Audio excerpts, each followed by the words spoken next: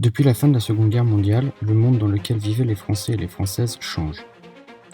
Le monde politique traverse des crises sans précédent et de nouvelles demandes sociétales sont revendiquées.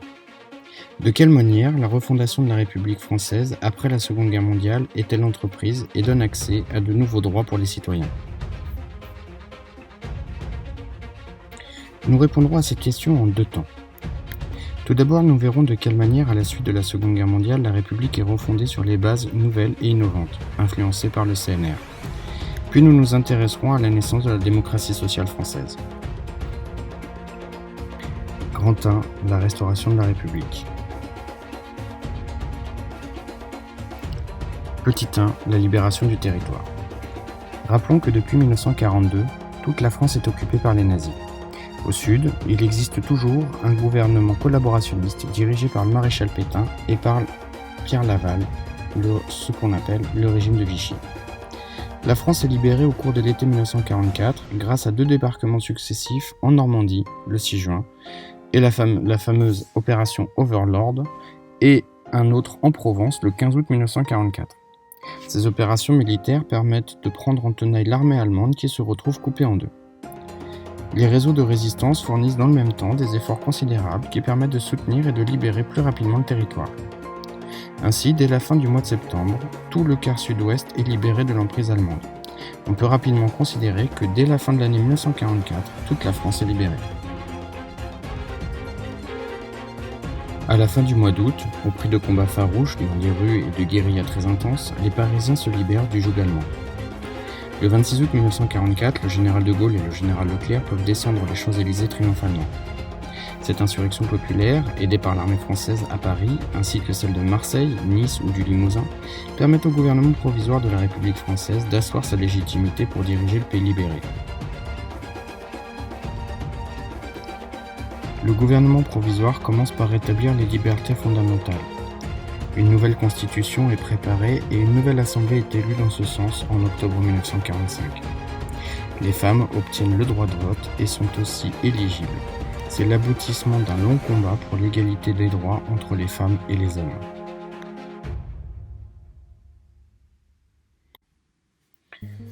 En parallèle, les Français se lancent dans la liquidation de ce qui perdure du régime de Vichy. À la Libération, les hommes et les femmes accusés de collaboration avec l'ennemi sont éliminés sans procès, exposés à la vindicte populaire. Les femmes qui sont accusées d'avoir entretenu des relations intimes avec l'occupant sont tondues en place publique et souvent molestées.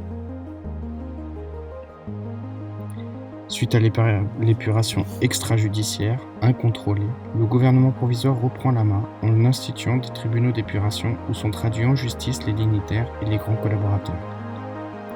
Les procès sont très nombreux, près de 127 000, et prononcent des peines qui vont de l'acquittement à la condamnation à mort en passant par la dégradation nationale et les travaux forcés.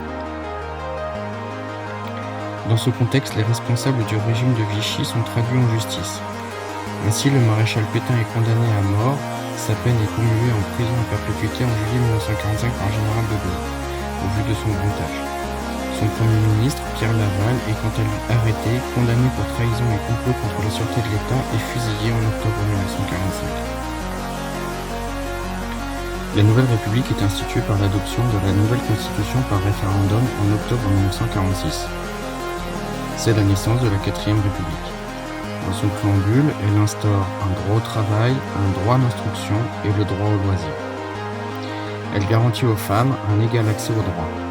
Pour la première fois dans le droit français, les hommes et les femmes sont égaux. Grand 2, la fondation de la démocratie sociale. Petit 1, le programme de la résistance. Tous les partis actifs dans la résistance, communistes, socialistes, gaullistes, participent à l'élaboration du programme du CNR. Tous veulent renforcer la démocratie grâce à des réformes de l'économie et la mise en place de politiques sociales. Ils poursuivent ainsi l'œuvre entreprise par le Front populaire en 1936. Ce programme est appliqué à la Libération.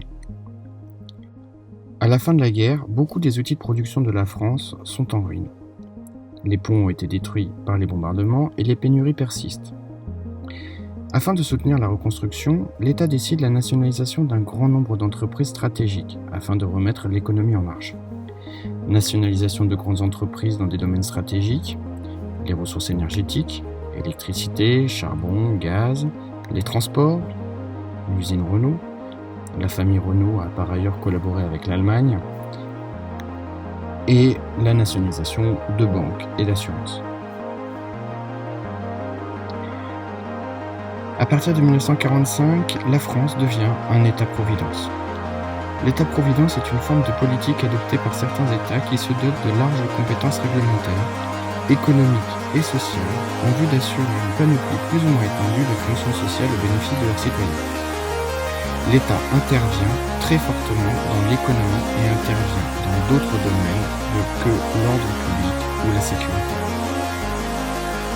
L'avancée sociale majeure est la mise en place de la sécurité sociale grâce au travail d'Ambroise Croizat, qui offre une protection mutualisée à tous les travailleurs, un financement par des cotisations conjointes des employeurs et des salariés, une gestion paritaire par les syndicats et le patronat.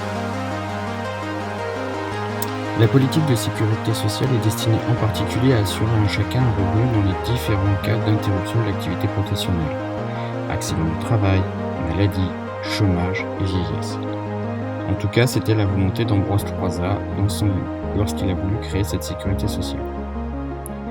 Ces progrès sociaux sont complétés par la mise en place du salaire minimum interprofessionnel garanti.